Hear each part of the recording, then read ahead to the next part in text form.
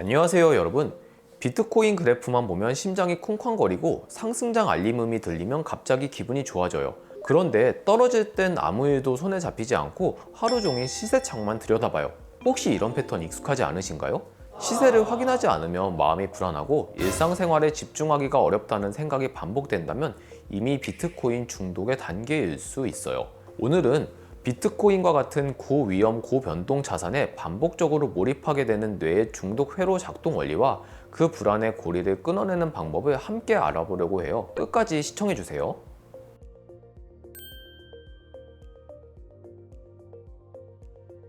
비트코인과 같은 고변동 자산에 뇌가 집착하게 되는 이유는 단순한 투자 습관 때문은 아닌데요. 불확실성을 통제하고 싶어하는 불안이 자극 회로를 만들기 때문이에요. 뇌는 불안할수록 더 많은 정보를 찾고 더 자주 시세를 확인하고 지금이라도 행동해야 안심된다는 착각 속에 빠지게 되죠. 이 과정에서 도파민이 분비되고 뇌는 스스로가 통제하고 있다는 가짜 안도감에 중독되는 거죠.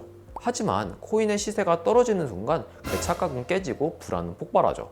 이 악순환이 반복되면 뇌는 과활성되고 자율신경계 또한 과긴장 상태로 경직되며 뇌는 쉬지 못한 채 경계 모드가 되는 겁니다.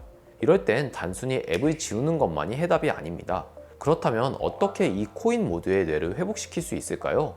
첫째, 통제하려는 뇌를 인식하고 내려놔 주세요. 비트코인 중독은 돈을 잃는 두려움보다는 불확실한 상황을 통제하지 못하는 불안에서 비롯되는데요. 시세를 반복해서 확인하는 것은 손실을 막기 위해서가 아니라 뇌가 안도감을 느끼기 위해 반복적인 통제를 시도하는 것입니다. 하지만 코인 시장은 본질적으로 완전하게 예측하는 것이 어려운 영역이죠. 오히려 완벽한 통제를 시도할수록 뇌의 피로와 불안은 더 심해지죠. 지금 이 순간 내가 불확실성을 견디지 못해 또 강박적인 확인을 하려는 건 아닌가?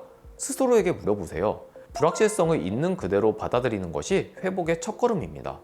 둘째, 쾌감을 쫓는 루틴 대신 감각 자극을 활용해 뇌를 재훈련하세요. 중독된 뇌는 빠른 자극에서 보상을 받으려 하지만 이런 쾌감은 뇌를 예민하게 만들고 자꾸 더 강한 자극을 찾게 만들어요. 이때 중요한 건 차트를 대체할 새로운 루틴을 만드는 거예요. 예를 들어 알림음이 울릴 때는 스마트폰 대신 아로마 향을 깊게 들이쉬고 따뜻한 차를 마시며 손끝의 온도를 느끼는 식의 느린 감각 루틴을 만들어 보세요. 햇빛, 바람, 촉감 같은 자극은 단순한 힐링이 아니라 뇌의 보상 시스템을 재설정하는 신경심리 자극이 되는 거죠. 셋째, 명확한 의도가 있는 행동으로 불안을 내려놓아 보세요.